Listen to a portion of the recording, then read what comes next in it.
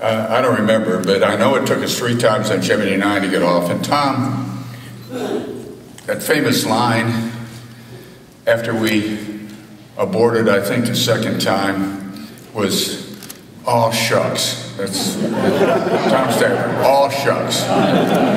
We finally got off the 3rd time, and I'm skipping ahead real quick, but I want to get to something about Gemini IX.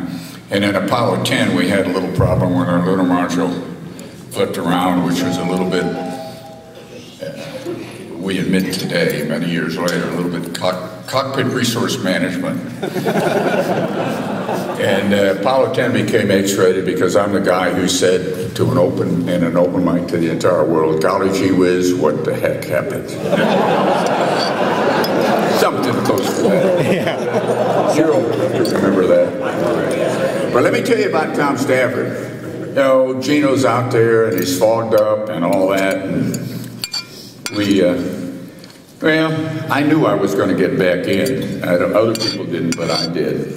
And but he was asked one day, he told me, I said, "Tom, you know, if we had some problems out there, what would you have done?" "Gino, you know, I never would have come home without you. Never would I have come home without you. I was going to bring you back in that spacecraft one way or another." About 4 or 5 months later, I heard him on, I don't know, CNN or Fox or somebody. Discovery Channel, I think that's what it was. And they're saying, "Well, what would you have done going back looking at, you know, at your flight? What would you have done if Cernan couldn't have got back in the spacecraft?" He said, "Listen," he said, "you know, I had the hatch open and Gino's out there in a umbilical, he's fogged up and you know, if he can't, he's probably dead anyway." And he said,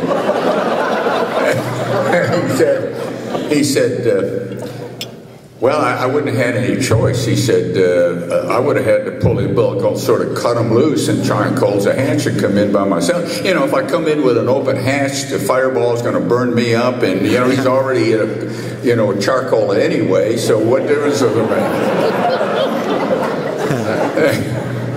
You know, and preceding that, our boss, Deke Slayton, said before we left, took Tom aside before the launch, which was very unusual that he didn't talk to both of us.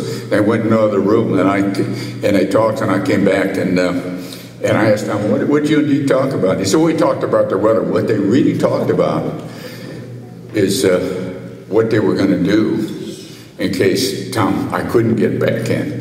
God bless you, Tom. I'm glad you waited for me. But, what is it, 45 years tomorrow? And we didn't even know about it until someone came up. One of you folks came up and said something. I'm going back to the original script. I was supposed to introduce Mark Larson.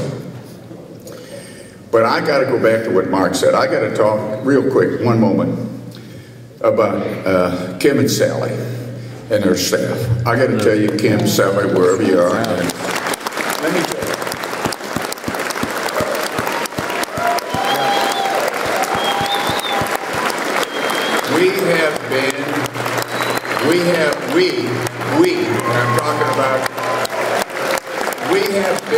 Sally, just stand up. Give Sally, I'll tell you what.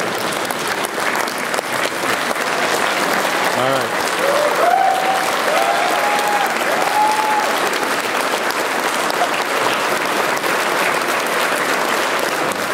And your staff you are 5-star plus. This is the finest event that I personally, and I know a lot of my colleagues, have ever been to and attended.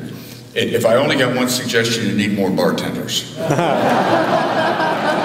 It is tremendous. I want to congratulate you, and more than that, I really do want to thank you.